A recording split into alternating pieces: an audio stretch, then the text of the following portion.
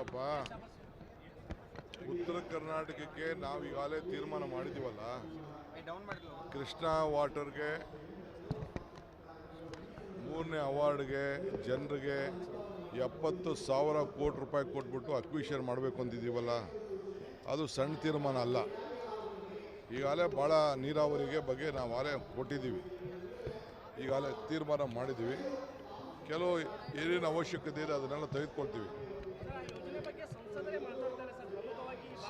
ನಾನು ಅದಕ್ಕೆ ಹೇಳಿದ್ದು, ಎಲ್ಲ ಸಂಸದರು ಒಂದು ಮೀಟಿಂಗ್ ಕರಿತೀವಿ ಡೆಲ್ಲಿಲಿ, ಎಲ್ಲ ಪ್ರೈಮ್ ಮಿನಿಸ್ಟರ್ಗೆ ಒತ್ತಾಯವನ್ನು ಮಾಡಬೇಕು, ಮಾಡಿ ಅದನ್ನು ಅವಾರ್ಡ್ ಆಗಬೇಕು.